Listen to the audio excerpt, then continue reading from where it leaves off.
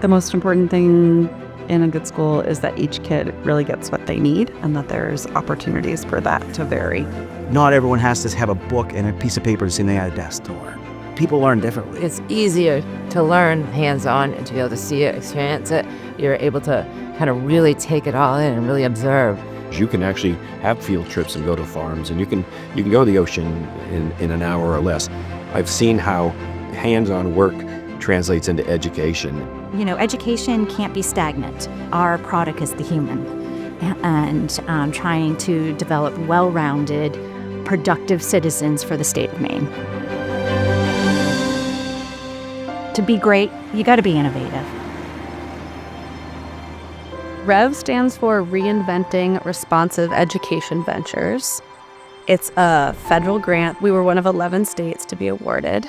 The whole goal was to give permission to innovate. The REV grant gave us an opportunity to start a program, allowed students to design their school day.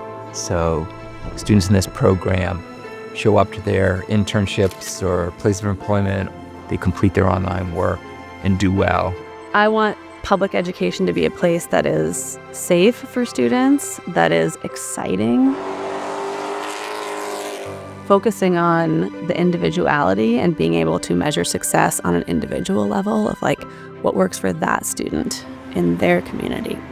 My biggest and most enjoyed project was at the end of my AP chemistry unit. We had a self-driven project that we had to do with a bunch of my friends. One of my favorite classes is the medical occupation, as we know.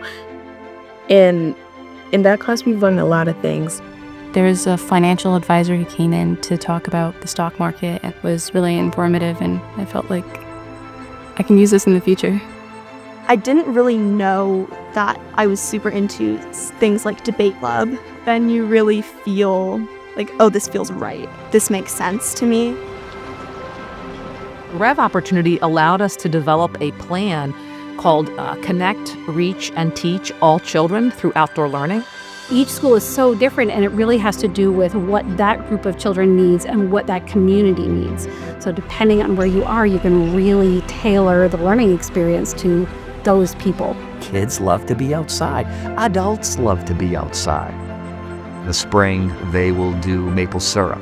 They'll get back into the hiking and we'll do some camping. We spend at least one day at a Rustic State Park. In March, we take them ice fishing. So we do all these really cool things. And the kids, they don't want to miss that. They're using all this equipment and outdoor experiences, but still doing their math, still doing their ELA. They're writing about these experiences. We do work together a lot in teams because it gives us opportunities to hear other people's ideas, and we can express our own ideas and form together like a compromise.